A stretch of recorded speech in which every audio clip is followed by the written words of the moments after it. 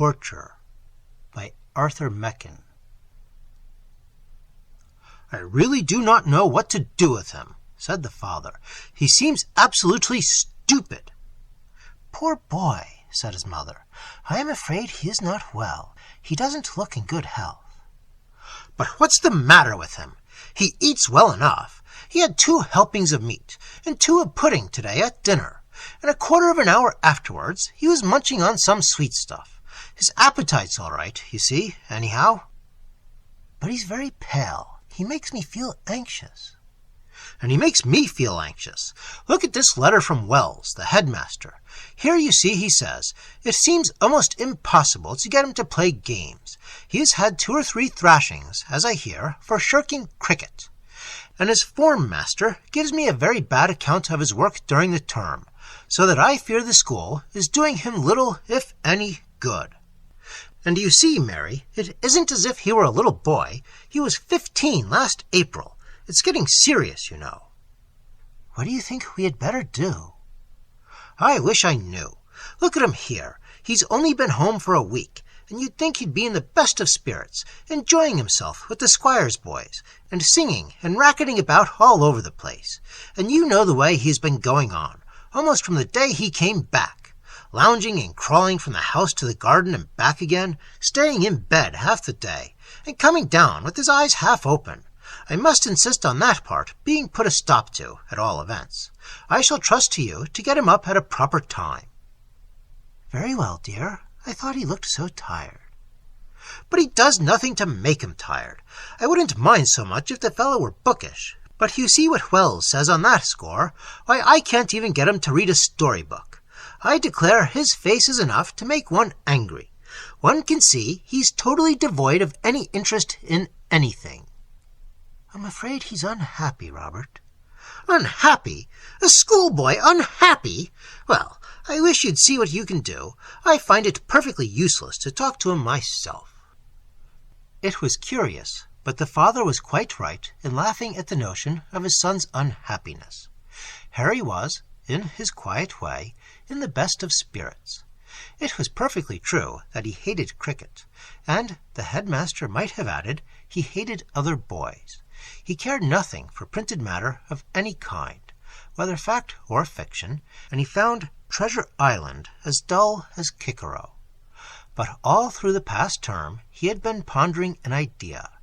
It had been with him in the early mornings in the dormitory, in school-time and in playtime, and he watched with it at night, long after the other boys had gone to sleep. Before the coming of the idea, he had found his existence unhappy enough. He had a puffy, unwholesome face and sandy hair, and his great wide mouth was made the subject of many jests. He was unpopular because he did not like games, and because he would not bathe unless he were flung into the water, and he was always in trouble over his lessons, which he could not understand. He burst out crying one night in the middle of preparation, and of course he would not say what was the matter. The fact was that he had been trying to extract the meaning from some wary nonsense about triangles, known by the absurd name of Euclid, and he had found it utterly impossible to learn the rabbit stuff by heart. The impossibility of it, and the hopeless cloud in his mind, and the terror of the thrashing he would get in the morning, broke him down. The blubbering idiot, as they said. Those were unhappy times, but that very night his idea came to him, and the holidays became indeed desirable, and 10 times desirable. Every day and all the day he elaborated and re-elaborated his great thought, and though he was as stupid, unpopular, and unprofitable as ever, he was no longer wretched. When he got home at the end of the term, he lost no time in setting about his task. It was true that he was sleepy and heavy in the morning, but that was because he worked till late at night.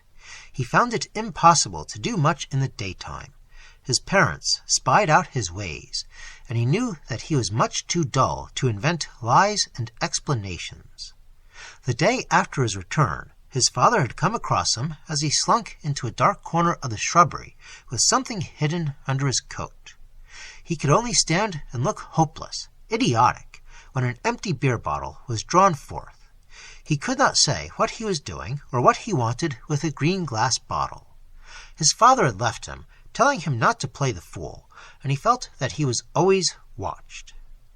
When he took the cord from the back kitchen, one of the maids was peering after him down the passage, and his mother found him trying to bind a large log of wood to the trunk of one of the trees.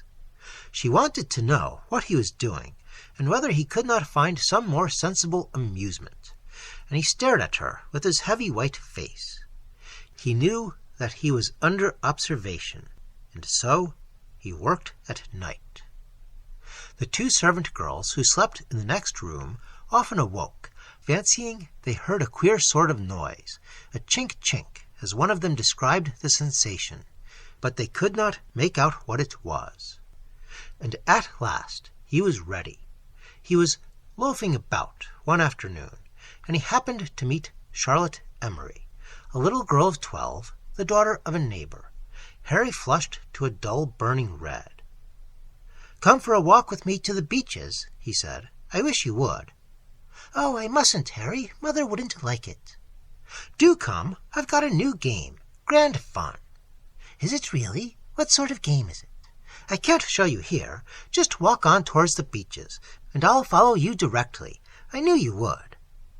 Harry ran full tilt into the hiding place where he had bestowed his apparatus. He soon overtook Charlotte, and the two went off together towards the beeches, a lonely wooded hill a mile away. The boy's father would have been astonished if he could have seen him. Harry was glowing and burning with that dull red color, but he laughed as he walked beside Charlotte. When they were alone together in the wood, Charlotte said, "Now you must show me the game. You promised." "I know, but you must do just as I tell you." "Yes, I will." "Even if it hurts?" "Yes, but you wouldn't hurt me, Harry. I like you." The boy stared at her, gazed with the dull, fishy, light blue eyes. His white, unwholesome face glared at her almost in terror. She was a dark girl, olive-skinned, with black eyes and black hair, and the scent of her hair had already half intoxicated him as they walked close together. "You like me?" he said at last, stuttering. "Yes, I like you very much. I love you, Harry dear. Won't you give me a kiss?" And she put her arm round his neck, round the neck of the ugly, pasty schoolboy. The leaden marks under his eyes seemed to grow darker. He dropped the parcel that he held under one arm. It broke open, and the contents fell to the ground. There were 3 or 4 fantastic instruments, ugly little knives made of green bottle glass, clumsily set into wooden handles. He had stolen a broom for this purpose, and there were some lengths of rope fitted with running nooses. It was the idea that he had so long cherished. But he threw himself full length upon the grass and burst into tears. The blubbering idiot.